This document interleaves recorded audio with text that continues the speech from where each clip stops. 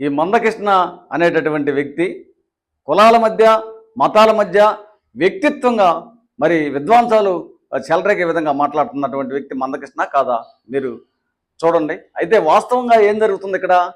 మందకృష్ణ అనేటటువంటి వ్యక్తి మొట్టమొదటి నుంచి మాలల మనువాదులు, మాలల సైకోలు, మాలల స్వార్థపరులు అని మా మాలను ప్రత్యేకంగా అంటున్నాడా లేదా? ఇది అందరూ చూస్తూనే ఉన్నారు సోషల్ మీడియాలో. మరి నిన్న ఒక మీడియా ఛానల్ వాళ్ళు మందకృష్ణను ప్రశ్నిస్తూ నువ్వు బీజేపీ ఏజెంట్ అంటున్నారు అందరూ అని అంటాడు.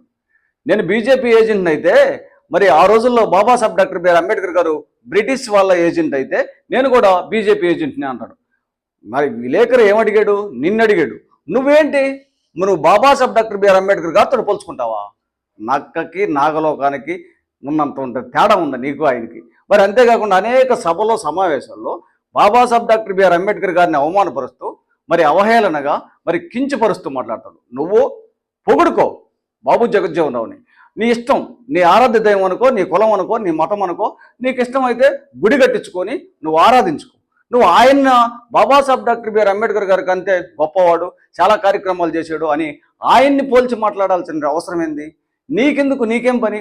అది అంతేకాకుండా మళ్ళీ మరి మనకి గతంలో 60 నుంచి 62 దాకా ఉమ్మడి ఆంధ్రప్రదేశ్ రాష్ట్రానికి ముఖ్యమంత్రిగా చేసినటువంటి మా ఎస్సీ మాల సామాజిక వర్గానికి చెందినటువంటి వ్యక్తి దామోదర్ సంజీవయ్య.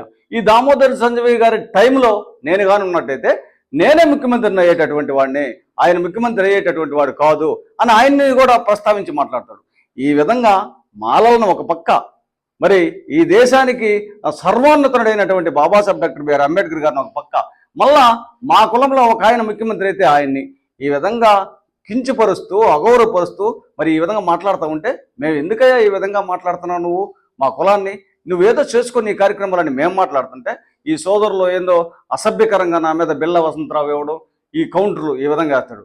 మాకు కూడా కౌంటర్లు వేసేవాళ్ళు ఉన్నారు, మాకు కూడా అసభ్యకరంగా మాట్లాడే వాళ్ళు ఉన్నారు. కానీ అంబేద్కర్ గారు చూపినటువంటి మార్గంలో మేము సామూహికంగా న్యాయంగా అయినటువంటి పద్ధతిలో మాత్రమే వెళ్తా ఉన్నాం. సభ్య సమాజం అంతా చూస్తూ ఉంది. ఈ యొక్క మందకృష్ణ ఏం మాట్లాడుతున్నాడో అందరూ చూస్తూనే ఉన్నారు, గమనించుకోండి.